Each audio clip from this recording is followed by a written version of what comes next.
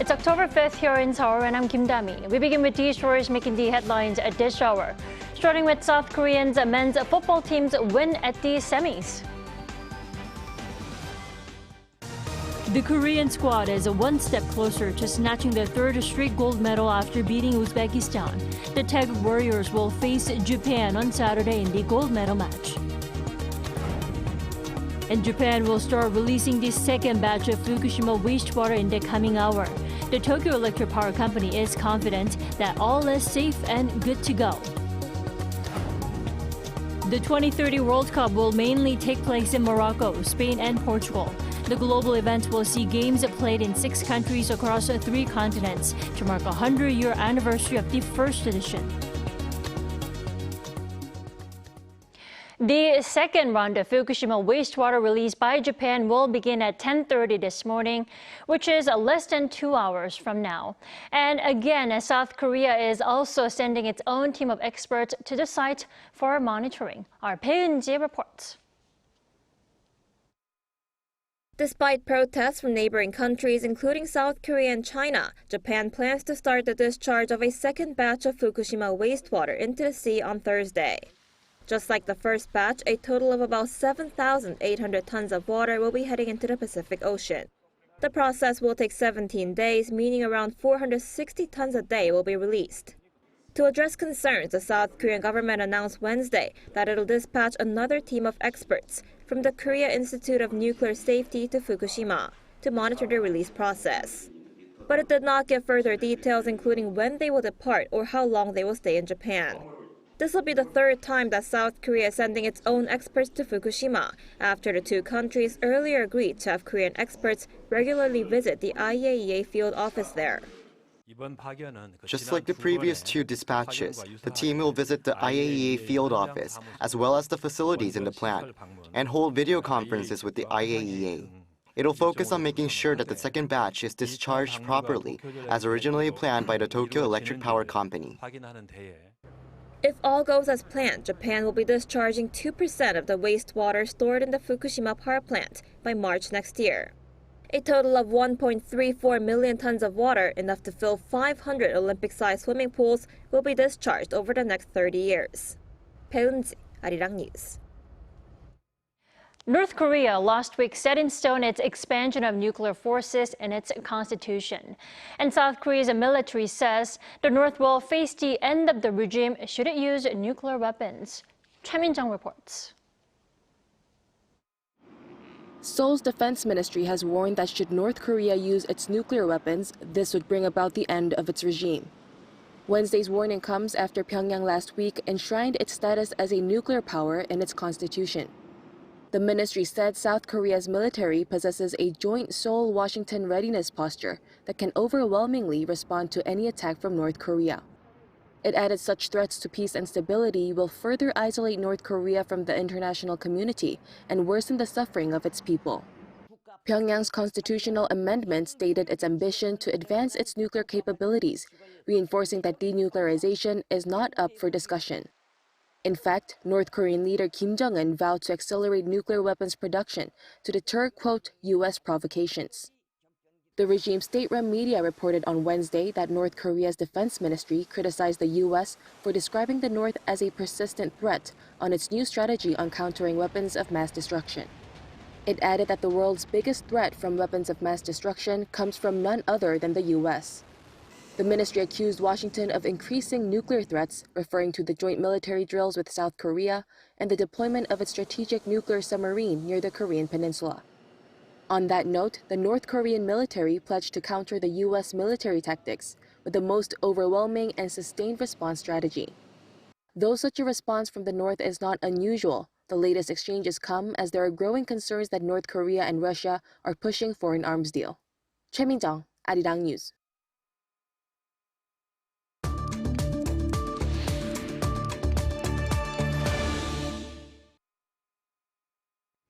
revitalizing the local economy and stabilizing people's livelihoods. That's on top of the Yoon Suk-yeol administration's to-do list for the fourth quarter. Now, let's discuss more with Professor Kim Se-won this morning. Welcome. Thank you for having me. Professor Kim, so making people's lives better, meaning more affordable in terms of the cost of living, but the cost of living here in South Korea appears to be, far from being tamed, especially with the price of milk. The price has gone up, so-called being referred to as milkflation. Now, same goes for ice cream and pastries. Why is that? Actually, the overall price level measured by Consumer Price Index is pretty much stabilized compared to that of last year. But recently, oil price and some agricultural products prices are rising quickly, and inflation pressure gets stronger. The inflation, which is the annual growth of Consumer Price Index, increased up to 6.3% July last year, but that decreased down to 2.3% in July this year.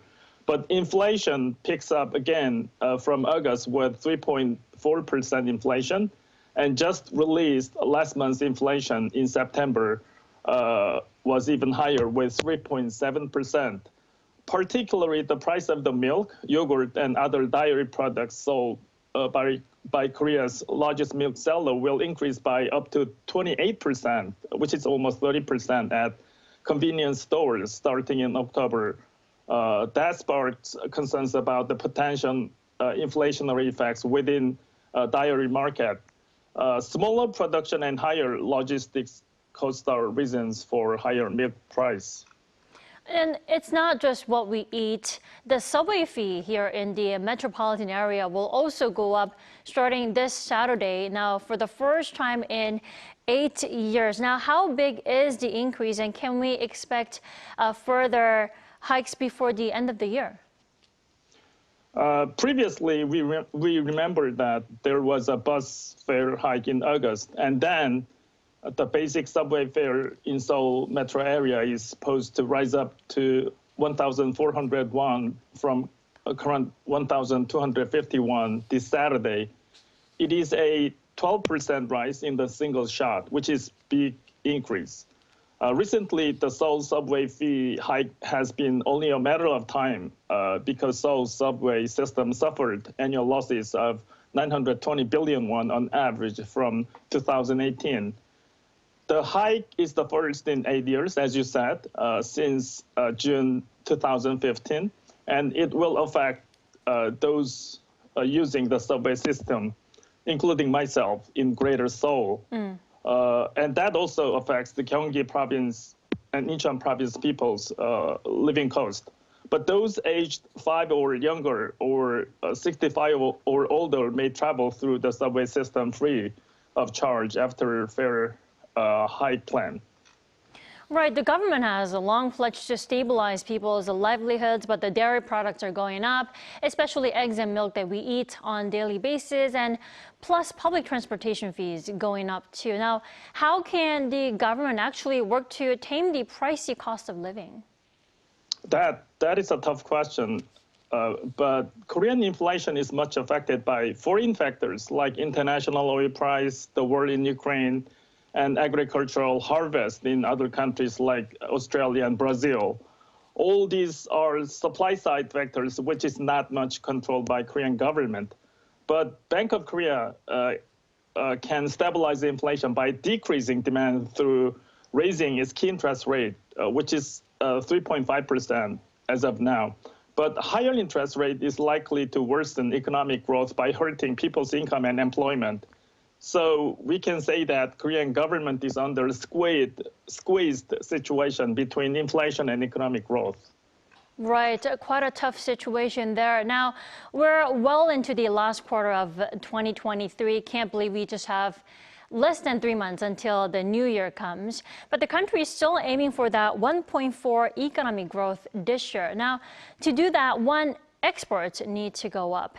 How achievable is this goal considering the export situation at the moment? Korean export fell for the 12th consecutive month in September, but the trade balance posted a $3.7 billion last month. it is the fourth straight month trade surplus for Korean economy. However, the export of semiconductor and export to China is not fully recovered yet against last year.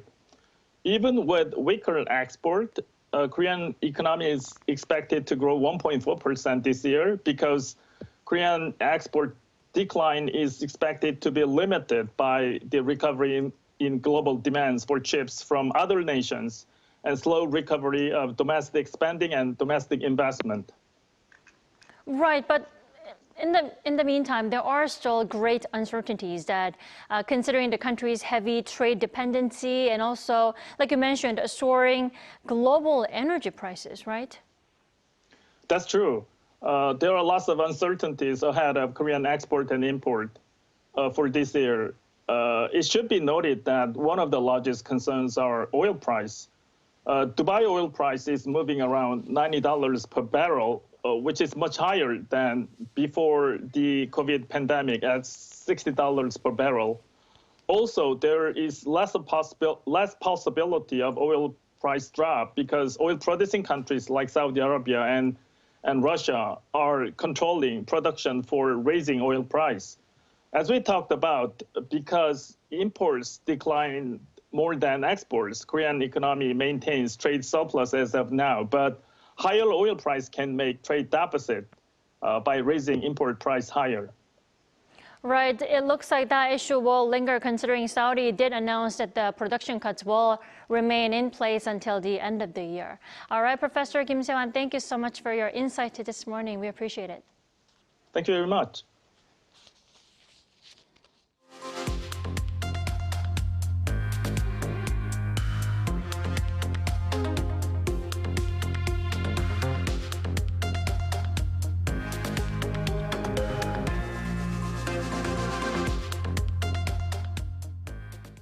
Global oil prices sank more than 5% on Wednesday, marking the biggest single-day drop in more than a year. Now, Brent crude fell 5.6% to settle at $85.81 a barrel, the sharpest decline since August 2022. Wednesday's decline comes after Brent crude approached the $100 per barrel mark just last week. And the West Texas Intermediate also fell 5.6% on the day to $84.22, its biggest fall since September 2022. Watchers say expectations that demand for crude oil will decrease due to the economic slowdown have pushed oil prices down sharply. And the Saudi Energy Ministry announced on Wednesday that production cuts would continue until the end of the year. 2 Americans and a Russian scientist have won this year's Nobel Prize in chemistry, thanks to their discovery and synthesis of quantum dots. But the winners were announced early in a rare slip-up. Woo Sang-hyeok has more. The Royal Swedish Academy of Sciences announced Wednesday that 2 Americans and a Russian scientist jointly won this year's Nobel Prize in chemistry for their discovery and synthesis of quantum dots. The Royal Swedish Academy of Sciences has decided to award the 2023 Nobel Prize in Chemistry in equal shares to Monje Bavendi, Massachusetts Institute of Technology, MIT, USA, Louise Bruce, Columbia University, USA, and Alexei Yekimov, Nanocrystals Technology Incorporated, USA, for the discovery and synthesis of quantum dots. The 3 U.S.-based Nobel Prize laureates took the prize for their work with quantum dots, or tiny particles that are just a few atoms in diameter and whose electrons have constrained movement. Their work showed how they absorb and release visible light, allowing for very bright colors, ultimately contributing to numerous applications ranging from QLED screens to imaging in biochemistry, medicine, and much more. The dots emit different colors depending on their size, with larger dots shining red and smaller dots shining blue. The Royal Swedish Academy of Sciences also noted that the work with quantum dots will also allow for surgeons to find tumors more precisely, as the particles catalyze chemical reactions and their clear light can illuminate tumor tissue. The announcement of the winners was, however, leaked prematurely. Sweden's public broadcaster SVT said the Academy sent a press release by mistake early Wednesday that contained the names of the winners. The Academy says it's still unknown why the press release was sent early and expressed regret over the matter. Meanwhile, the three scientists share not only the top honors for their contribution to science, but also $990,000 in prize money. Woo Sang-hyeok, Arirang News. The 2030 FIFA World Cup will be quite different from previous World Cups in that it'll have games played across 3 continents for the first time as the tournament celebrates its 100th anniversary. Our An Sung-jin brings more. The 2030 Men's Football World Cup will see games played in 6 countries across 3 continents: Africa, Europe, and South America. FIFA announced on Thursday that Spain, Portugal, and Morocco will co-host the tournament, while Uruguay, Argentina, and Paraguay will stage the tournament's 3 opening games to mark 100 years since the first World Cup. Morocco and Portugal will take on hosting duties in the global tournament for the first time, while Spain last hosted in 1982. With the African Cup of Nations and then the World Cup 2030 in Morocco, the country will prosper and more tourists and national teams from different countries will meet in Morocco. It has been a discreet, constant, and hard work. It's a work of many months and years. Now we have an important task ahead of us, which is to meet the goals requested by FIFA. It is the first time the World Cup will have games played across 3 continents. Uruguay especially holds significance in that the country hosted the inaugural World Cup final in 2030. FIFA President Gianni Infantino said the World Cup would unite the world while celebrating together the beautiful game. In a divided world, FIFA and football are uniting, bringing everyone together, bringing football everywhere.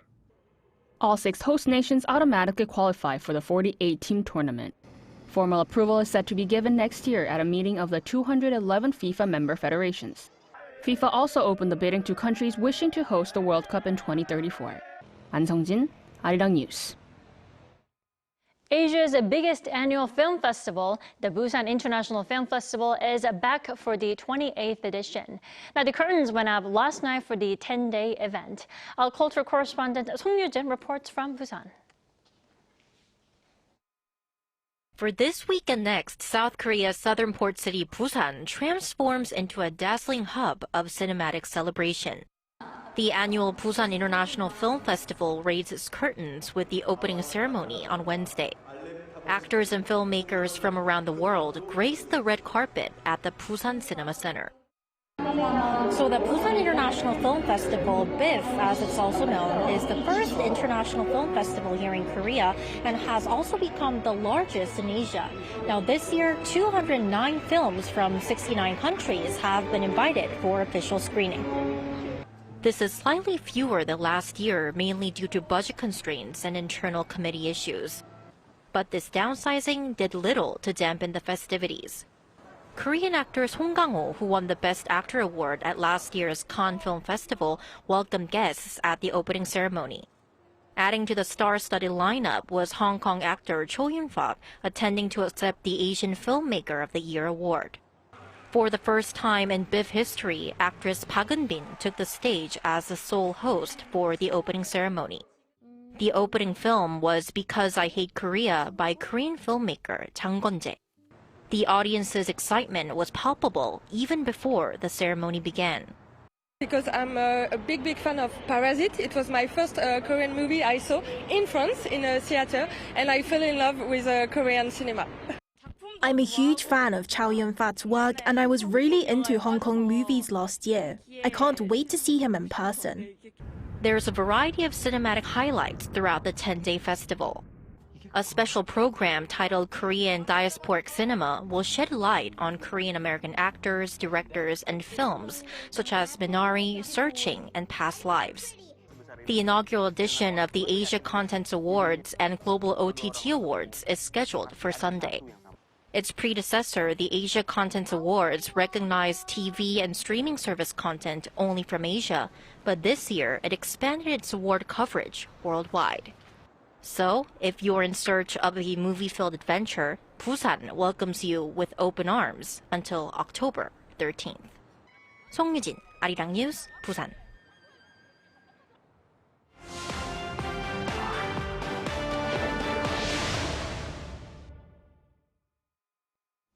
Good morning, I'm Matthew Ashley, and we now turn our attention to the 19th Asian Games in Hangzhou, China.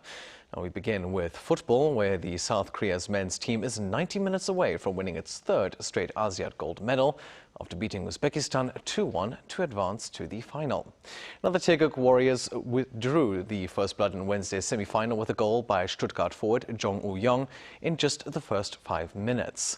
But Uzbekistan came back to equalize from a free kick 20 minutes later. Now Jong regained the lead for South Korea just before half-time with what would end up being the winning goal. The second half saw Uzbekistan reduced to 10 men after one player was sent off for a second yellow card. South Korea will come up against Japan in the final on Saturday at 9 p.m. Korea time.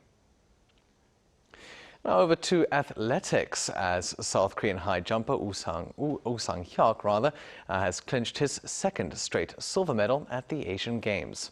Woo jumped 2.33 meters on Wednesday to finish ahead of Japan's Tomohiro Shino, while three-time world champion Mutaz Barshim of Qatar claimed the gold.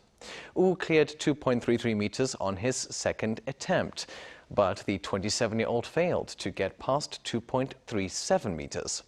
Woo's result comes after a difficult season, battling heel problems and a sinus infection. In archery, South Korea picked up its first gold medal of this year's Asian Games in the recurve mixed team event on Wednesday, beating Japan in the final. Now, Korean duo Im Si-hyun and Lee Woo-seok beat Japan's Satsuki Noda and Takaharu Furukawa by the score of 6-0. It's the Korean duo's first Korea ASEAN gold medal. The result marked Korea's second archery medal of the day after So Chae-won and Ju Jae-hoon won silver just a few hours earlier, losing to India in the compound mixed team final. Meanwhile, both gold and silver will be up for grabs on Saturday in an all-Korean final in the women's individual recurve event between Ansan and Im Si-hyun. And finally, in wrestling, South Korea saw its first medal in the discipline after wrestling ace Chung Han-jae won bronze in the 60-kilogram Greco-Roman category. It's the 28-year-old's first ASEAN medal. He beat Islamkhon Bakhramov from Uzbekistan in the final by a score of 5-4. Greco-Roman wrestling is one of several forms of amateur competitive wrestling. This style forbids holds below the waist and emphasizes throws. And now for a look at the medal standings and upcoming schedule.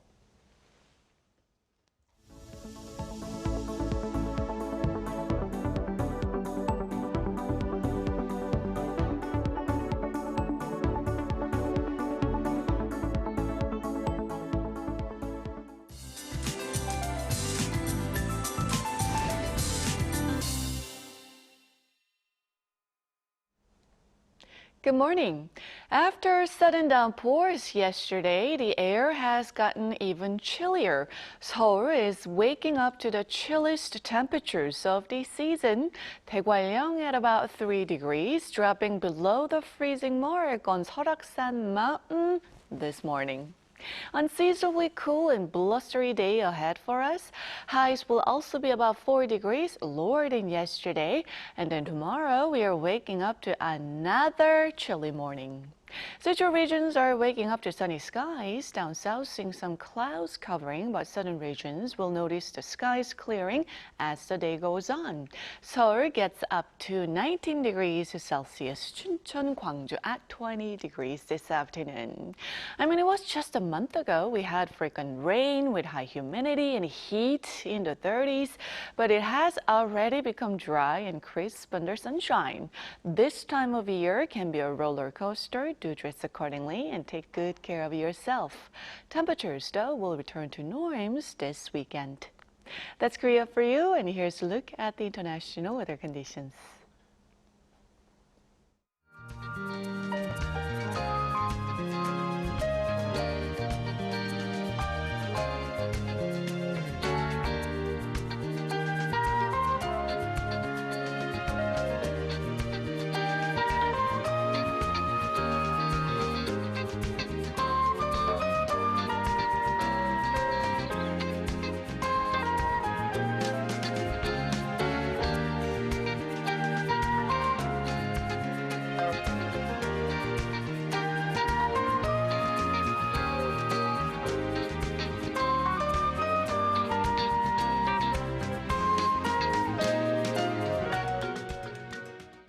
We thank you for watching New Day and Arirang. We'll be back tomorrow for Friday's edition at the same time, 9 a.m. Korea time.